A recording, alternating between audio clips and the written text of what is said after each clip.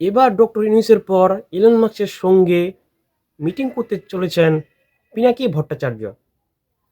পিনাকি ভট্টাচার্য তার ফেসবুক পোস্টে একথা নিশ্চিত করেছেন।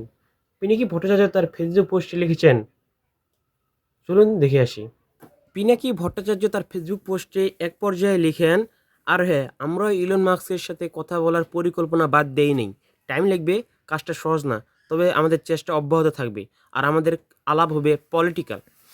তিনি এই কথা তার ফেসবুক পোস্টে জানিয়েছেন যে তিনি ইলন মাস্কের সঙ্গে মিটিং করবেন। তো চলুন সম্পূর্ণ পোস্টটি দেখে নিই। পিনাকি ভট্টাচার্য তার ফেসবুক পোস্টে লিখেছেন, ছোট একটা আইডিয়াকে দারুণ ইমপ্যাক্ট থাকতে পারে, তার উদাহরণ দিই। প্রফেসর ইউনিসের টুইট ইলন মাস্ককে দিয়ে রিটুইট করানোর আইডিয়াটা ফ্রান্স 24-এর সাংবাদিক ছোট ভাই আরিফের। আমি জানতাম এই মিটিং হচ্ছে। আমাকে খলিল ভাই জানিয়েছে অনেক আগেই, যখন থেকে তিনি এই উদ্যোগ নিয়েছিলেন। ইনফ্যাক্ট আমরা ইলন মাস্কের সাথে একটা মিটিং এর উদ্যোগ নিয়েছিলাম। তখন খলিল ভাই বললেন, আমরা প্রফেসর ইউনিসের সাথে একটা খুব স্ট্র্যাটেজিক মিটিং করব। সেই দিন সকালে আমাকে জানালেন আজকে মিটিং হবে। তবে আমাকে বললেন যে বাইরে না জানি। বললেন মিটিং শেষ হলে জানাবেন।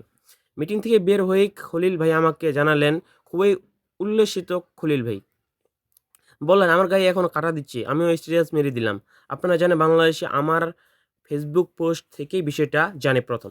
এর পরের দিন আরিফ বলল, ইলন মাস্ক তো টুইট করে নাই। ইলন মাস্ককে দিয়ে প্রফেসর ইউনূসের টুইট রিটুইট করানো যায় না, এটাই ভ্যালিডেশন। আমি খলিল ভাইকে বললাম, খলিল ভাই রিটুইটের ড্রাফট করলেন।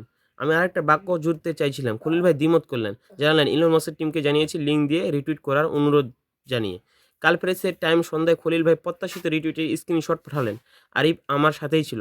কইলাম, নাও তোমার রিটুইট খুশি, স্মল আইডিয়া বিগ ইম্প্যাক্ট। তো আমরা আশাবাদী যে পিনাকি ভট্টাচার্য এই মিটিং করতে সফল হবেন। যদি সফল হয় তাহলে বাংলাদেশে আরো দিগন্ত বা অন্য কিছু হতে পারে, মানে আশার আলো ফুটে যেতে পারে। তো বাংলাদেশে আস্তে আস্তে রাজনীতির পরিবর্তন ব্যাপক হচ্ছে।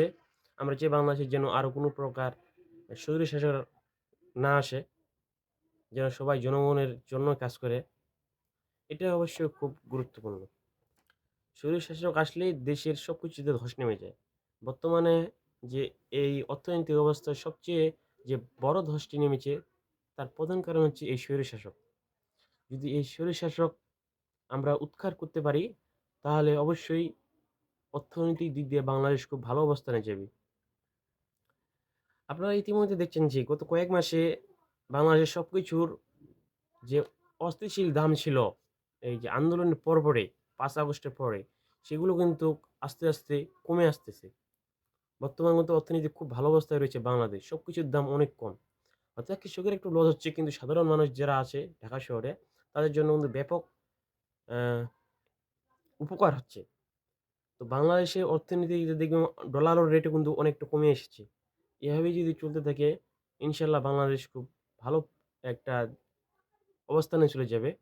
আর সেই লক্ষ্যে কাজ করতেছেন আমাদের প্রিয় সাংবাদিক পিনাকি ভট্টাচার্য। তিনিও যদিও সাংবাদিক না, কিন্তু সাংবাদিকের ভূমিকা পালন করছেন। আর আরেকজন সাংবাদিক আহ, ইলিয়াস হোসেন, ভালোবাসার একজন মানুষ, ভালোবাসায় রইল তাদের জন্য।